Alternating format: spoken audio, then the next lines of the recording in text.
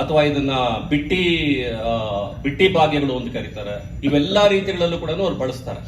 ಬರೀ ಮೀನನ್ನು ಕೊಡಬೇಕು, ಮೀನನ್ನೇ ಕೊಡಬಾರ್ದು, ಮೀನು ಹಿಡಿಯೋದನ್ನ ಕಲಿಸ್ಬೇಕು ಅನ್ನೋಂಥ ಅನೇಕ ವಿಷಯಗಳನ್ನು ಅವ್ರು ಹೇಳ್ತಾರೆ. ಇದನ್ನೆಲ್ಲವನ್ನು ನಗಣ್ಯಗೊಳಿಸೋಣ. ಇದನ್ನೆಲ್ಲವನ್ನು ಮುಖ್ಯವಾಗಿ ನಾವು ಹೇಳಬೇಕಾಗಿರುವಂತಹ ಇಶ್ಯೂ ಏನು ಅಂತ ಹೇಳಿದ್ರೆ,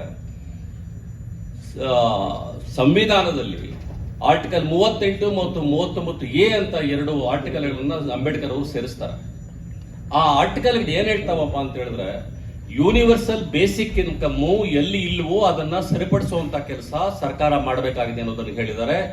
ಆ ಕೆಲಸವನ್ನ ಸ್ವತಂತ್ರ ಬಂದ ನಂತರ ಮಾಡಿದ ಏಕೈಕ ರಾಜ್ಯ ಕರ್ನಾಟಕ.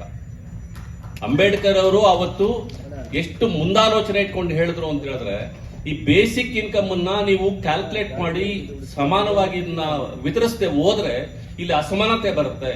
ಆರ್ಟಿಕಲ್ 14ಗೆ ತೊಂದರೆ ಆಗುತ್ತೆ ಅಂತ ಹೇಳ್ಬಿಟ್ಟು ಆರ್ಟಿಕಲ್ 38 ಮತ್ತು 39A ಅಂತ ಹೇಳ್ಬಿಟ್ಟು 3 ಸೇರಿಸ್ತಾರೆ. ಅವತ್ತು ಅಂಬೇಡ್ಕರ್ ಹೇಳಿದ್ದನ್ನ ಮೊಟ್ಟ ಮೊದಲು ನಾವು ಇಂಪ್ಲಿಮೆಂಟ್ ಮಾಡಿರುವಂತ ರಾಜ್ಯ ಕರ್ನಾಟಕ ರಾಜ್ಯ.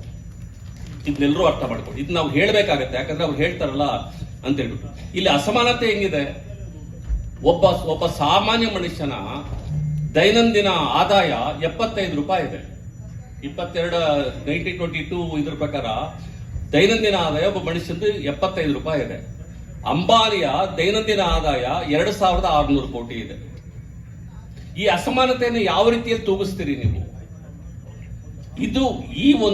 ಈ ಅಸಮಾನತೆಯನ್ನ ತೂಗಿಸಬೇಕಾದ್ರೆ ನಾವೇನ್ ಮಾಡಬೇಕಾಗಿದೆ ಅಂತಂದ್ರೆ, ಆರ್ಥಿಕವಾಗಿ ತಳವರ್ಗಗಳನ್ನ ನಾವು ಸದೃಢಗೊಳಿಸಬೇಕಾಗಿದೆ. ಆ ಸದೃಢಗೊಳಿಸುವಂತ ಇದನ್ನ ಬರೀ ಸಂವಿಧಾನದಲ್ಲಿ ಮಾತ್ರ ಸೇರಿಸಿಲ್ಲ, universal declaration of human rights ಅಲ್ಲಿ ಕೂಡ right to food, right to education, right to health, right to shelter, right to livelihood ಇವೆಲ್ಲವನ್ನೂ ಕೊಟ್ಟಿದ್ದಾರೆ. ಇದೆಲ್ಲವೂ ಕೂಡ ನಮ್ಮ 5 ಗ್ಯಾರಂಟಿಗಳಲ್ಲಿ ಬರುತ್ತೆ. ಇದನ್ನ ನಾವು ಮನೆಗೂ ಪ್ರತಿಯೊಬ್ಬ ವ್ಯಕ್ತಿಗೂ ಯಾವ ರೀತಿ ತಲುಪಿಸಬೇಕು ಅನ್ನೋದ್ರ ಬಗ್ಗೆ ಮಾತ್ರ ನಾವೀಗ ಯೋಚನೆ ಮಾಡಬೇಕಾಗುತ್ತೆ.